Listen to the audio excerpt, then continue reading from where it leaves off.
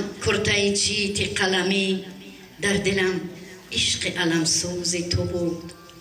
در لبم خنده دشمنگیریان، در سرم هدیه نوروز تو بود.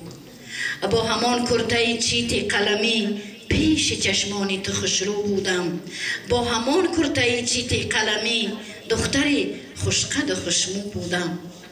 کرته ساده گلی نوروزی با گلی خار بچسبید و درید.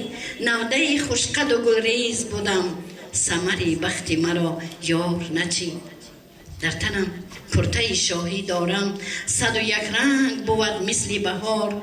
101 رنگ خیال دارم، یار جفت است و منم تاقه زار.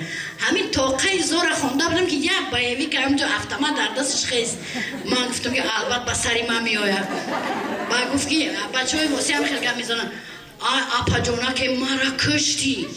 همین خیست و به طرفی همین من اومد منبر اومد که من تموم کردم. من گفت که نه اپا جون، من همین شعر یک باری دیگر عاشق شدم، صدقت شوم. با خلاصه که ترس و هم پیدا شد. بعد غرم رفتیم.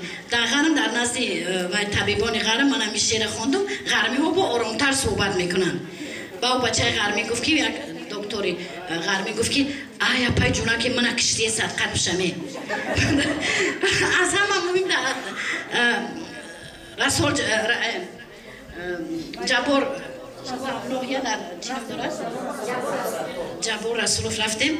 بعد من اون لطفاتو با چند زنهای دیگر شاعره ها و مرد هم بودن. بعد من با همین شعر خوندم. بعد گوش کردن یه مرده خیز بود که یک سوال تیم مایلش می. من گفتم که مرحمت که کرته چیدی قلمیش چیزه. گفتم من یه ساعت شعر خونم این برادر. یعنی انا همین تاجیکستان و همین گونه گونه صحبت و لهجه هاش، شیوه هاش زیبا است. شیوه همه مردمی 4-6 سوی تاجیکستان زیباست.